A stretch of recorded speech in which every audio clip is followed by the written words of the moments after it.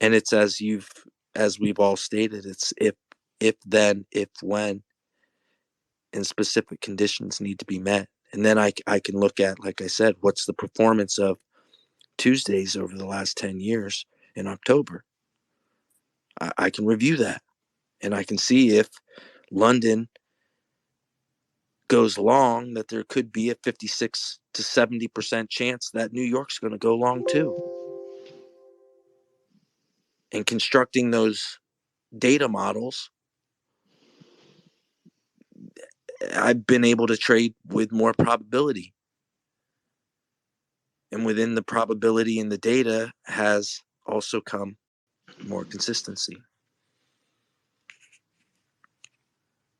So I hope I answered your question. I feel long-winded. No, you're fine. I'm trying to be patient so that way, because these aren't easy questions to answer. I mean, because it's you have to reflect on a long period of time. It's one of those kind of questions where you want to be as honest and direct, so that way you can really communicate the gravity of what I'm asking. And for folks that have just started learning how to trade, they don't understand it. And for the folks that have been at it for a while, these types of questions are paramount, because it's important to see what other people have gone through. And you've mentioned, what your weaknesses were early on. What would you say, some of your strengths are now, having gone through everything in terms of adversity and trying to discover who you are and how to work through your character flaws like every trader does? What would you say your strengths are today? I'd say my number one strength is, and it has to do with what my job was as a 9 to 5, and I say this to a lot of folks, is we are professional decision makers.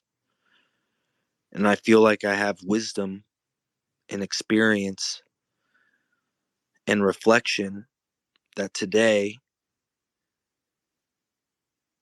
I make good decisions on and off the charts. What would you That's say that is the contributing factors that you employ now that makes you a good decision maker, whereas in the beginning you can readily admit probably you weren't the best at decision making then? What things are you putting in practice now as a more refined trader with more experience, more in the trenches, scar tissue, the moxie now? What is it that you're employing now that makes you better in that area? the realization that the decisions that I make, I'm making in the mirror, and that I can't hide from them. Wonderful. I always thought that the rules applied to everyone else but me, and that I could get away with not having to follow the rules. But when I'm defining what those rules are, and I have to look in the man in the mirror is defining those decisions that I'm making, you can't hide from that. And it took me a long time to not be able to hide from the decisions I was making, because a lot of the decisions I was making were self destructive. And the biggest change that I've made is holding myself accountable and holding myself accountable on Front Street. This group has been very therapeutic for me over the last year, being in a lot of emotional drawdown. This talking amongst traders has been very therapeutic for them and me. And not hiding from, not being capable of hiding from the decisions I make on and off the chart. Off the chart matters so much more. And I don't think I realized that. I thought I could just be reckless, but somehow I would still operate within this level of precision.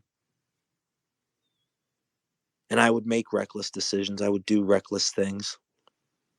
I mean, even if it's just drinking and partying and, you know, doing what a lot of kids do, up all night, getting faded, fucking, and then turning around and thinking you're going to engage in the charts the next day with some kind of precision. Like you're actually going to work to make a financial decision.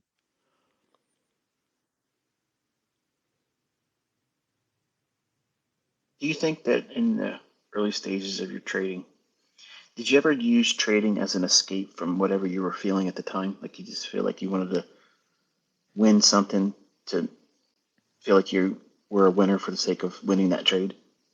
Oh, how many times have I gone to the market for validation when everything else was falling apart? Risking it all to try and feel validated with a win, holding my breath, not having rules or framework, making a discretionary decision, not journaling, not backtesting, yet somehow thinking that trade was going to answer my problem, my bigger problem. I did it a lot, Michael. I did it a lot. Would you say that today, with more maturity and a more objective approach to doing what it is that we do as professional decision makers, would you say that today's mindset that you employ is more aligned with following a process, a model, pursuing the evidence that data would suggest is statistically probable for you to be doing what you're doing versus having any emotional or psychological reward for the basis outside of doing what is in the model? I mean, 100%. I mean, for the audience folks listening, like Andrew Tate, I think he can be a motivational voice. He might be divisive, but I was in some pretty deep, dark drawdown mentally and emotionally, and I had some one-on-ones with M7 who pretty much said, "Listen, pussy, motherfucker, get up. Quit making excuses. The only way you're going to win is by start acting like a fucking winner." Right? And if you think of like if you were to Google Andrew Tate motivation, like that's what M7 was for me in some of my deepest, darkest times. And he was in my ear, literally talking to me for hours. And that really helped me. That lifted me up. That lifted me up in a time that, you know, I was struggling, man. I felt like I felt worthless. I mean, a woman that I spent 8 years with, I mean, that my wife leaving me for another dude, that really fucked with me, Michael. And it really fucked with my trading. It really, even though I'd had all of these clarity and understanding of what these concepts were and even how to measure them, and I was doing better, it just fucked with me. And he kind of found me at a time. He found me, and he poured into me, and he invested a lot of time and energy into me to help me see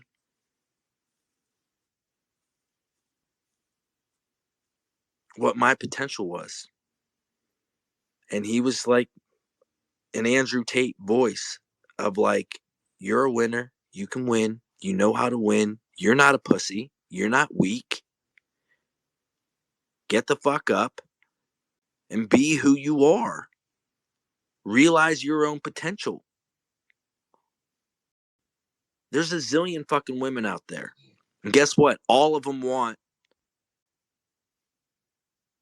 to be with a high value guy that really men, only 1% of them are actually going to be. You're that motherfucker. I mean, I think we all need that friend. We all need that mentor.